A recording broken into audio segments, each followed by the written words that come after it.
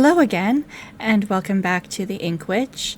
Today we are going to be going over my currently inked for February, and we're going to look at what we did for January.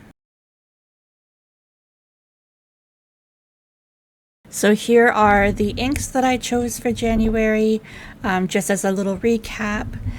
And when I flip the page here, you can see the Zentangle I did.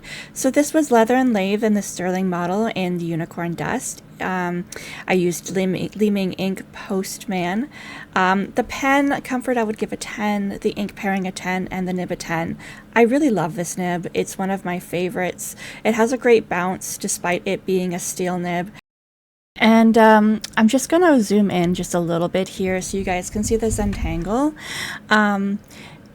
It's a medium nib, so you can actually see a lot of the shading from the ink pooling in the different corners where I went over quite a bit. I really enjoyed doing this one. It was really pretty at the end. And then this one was done with my Esterbrook SD in the Once in a Blue Moon. This one was an extra fine nib, and I used Hossia Ink Studio Twilight Winter. I would give the pen comfort a 9, the ink pairing a 10, and the nib extra fine an 8. I found that this particular nib is a little scratchy, but that's okay. I can probably get it tuned. But anyway, this one, because of the size of the nib, you didn't get as much shading, but you do get some in some places. I really enjoyed doing this one too. The repetitive strokes were awesome. So this one we have the Relic pens in my Mystic Starlight. This one was an extra fine Fude, so this one was a little bit more fun to do the Zentangle with. I'd give the pen comfort an 8, the ink pairing a 10, and the nib a 10. This ink was just really nice and wet, and it was perfect for the Zentangle. You can see a lot of shading going on within these little squares, and again, the repetitiveness of doing the Zentangle was just really relaxing and fun. I got this idea from Karina Likes to Plan. She started doing these Zentangles to use up more of the ink and use her pens a little bit more, and I really love that idea. So on this one, I didn't get very far, unfortunately. I just kind of ran out of time. This one was my Skokie pens LVED in the Ascension Wing, and with a Leonardo Flex nib. And I used Chapel Emerald by Kobe Inks in this one. I really like the shading in this one, but I'm probably going to come back and revisit it. So this one I didn't manage to finish either. This was by Radius Setimo, paired with Stilo and Stile in the Frosted. This is an extra fine nib. The pen comfort was a 9, the ink pairing was an 8, and the nib is a 10. I used the Kitty Ink Pot, Misty Fairy Forest, and I love the ink. I just didn't get very far in the Zentangle. This one I didn't get very far with either. I really do plan on revisiting these, but this was the Kaweco times Cult Pens Skyline Sport in Translucent Silver. The pen nib was an extra fine, and I used the Kitty Ink Pot and So Moonlit Rose Garden. The pen comfort was an 8, the ink pairing was a 7, and the nib a 10. Again, I really want to revisit this. I really like the design. I'm probably going to finish it down the road because I still have ink in this pen. I think going forward I need to choose less pens. But that brings us to February for 2026 and what my new currently inks are going to be. I'm excited. We're going to do some romantic stuff, and yeah, so here we go. And for swatching, I'm using my trusty drink stirrer. My very first ink today is Pilot Iroshizuku Tsutsuji. This is my favorite pink ever, and you guys will see why. And the pen that I have it inked up in is my Analog Notes clipless. This is one of my favorite pens. First of all, just look at the chatoyance in this. This resin is by Poorly Controlled, and she just works magic. It's sorcery over there. Analog Notes also made the resin for the finials to perfectly match the pink in the chatoyance, and I couldn't love this pen more. As a quick side note, I'm really sorry about the lighting. It keeps going yellowish, and I don't know why. But yeah, this pink it flows amazingly, as all Pilot de Roche-Shizuku inks do. It is bold and bright and gorgeous, and when it dries, it sheens to this sunshiny gold yellow, and it's just perfection. I can't wait for you guys to see it dry.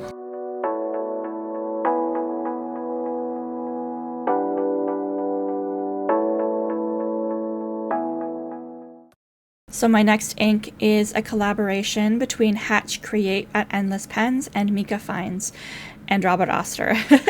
It's New Year, New Hue. This is a really, really pretty, more magenta leaning ink, but it also has some great shimmer in it. I'm putting it in a finer nibbed pen, so we will have to see if that shimmer is going to work for me or not. And the pen that I'm using for this ink this month is the Esterbrook SE in Winter White. This one is another one of my favorite pens. It has a extra fine flex nib, which is really interesting. I find it to be a little bit bouncy, but not as much as that medium nib that I had in my Leather and Lathe Sterling pen, the Unicorn Dust. I don't know why, but that nib is so bouncy. This one here is a little bit bouncy, but it's still pretty solid, as most steel nibs are.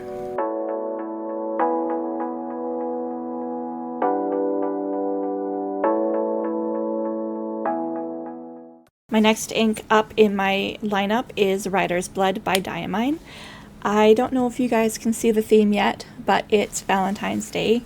But also, I just needed a break from the gloom that is winter in Canada. This ink reminds me of the Gothic literaries like Mary Shelley and others who do like dark Gothic romance, which is why I picked it. And the pen that I'm using for this ink is my Waldtown pens in the Onslow Brass, and this is the Strata Quartz. And the finials are by Mackenzie Penworks Diamond Cast, and they are Black Cherry.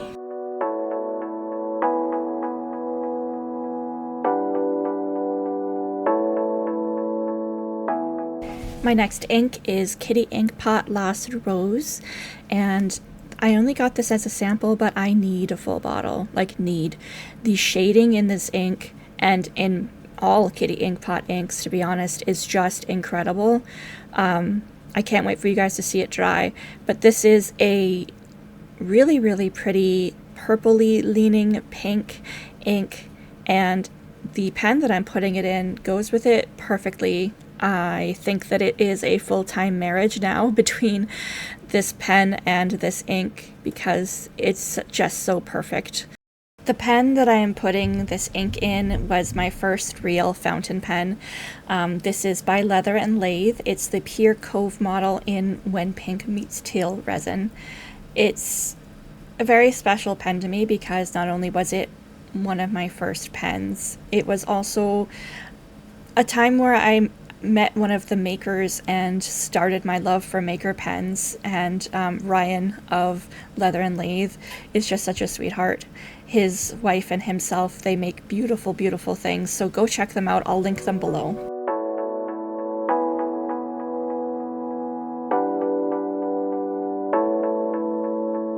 And you can already see here some of the shading going down with this swatch. La la la la la. And my last ink is Diamine Ruby Taffeta. This one is from the Black Ink Vent calendar. This is a rich red with gold sheening and like greeny gold shimmer. It's really pretty. I was really in love with it when I swatched it the first time. The pen that I'm using for this ink is my Sailor Shikiori Yodaki pen. And this pen is really, really special. I mentioned to my dad that I really liked this pen and he bought it for me for Christmas. And the reason why it's so special was because in the fall, when we sit and have a fire together, there's always this one tree that is this bright red color, and it's just so pretty, and this pen made me think of that tree. But after I received this pen, I looked it up and saw that the name Yodaki actually means campfire, and that the pen was inspired by the flames. And when you look closely at the resin of the pen, you can see like gold shimmer. So this particular ink is a perfect match for it, and the pen is just so meaningful to me and special. So here we have all of my inks for January. Very, very romantic, very pink. My friend Dawn would very much approve. Here you can see the Suzuki with all that golden sheen. I told you about that sheen. And of course the New Year, New Hue with its purple shimmer. Diamine's Riding Blood has a surprising amount of sheen, and then here you can see Kitty Inkpot, Lost Rose, and all of its beautiful shading. And again, we have more sheen and more glitter for the Diamine Ruby Taffeta. And there we have it.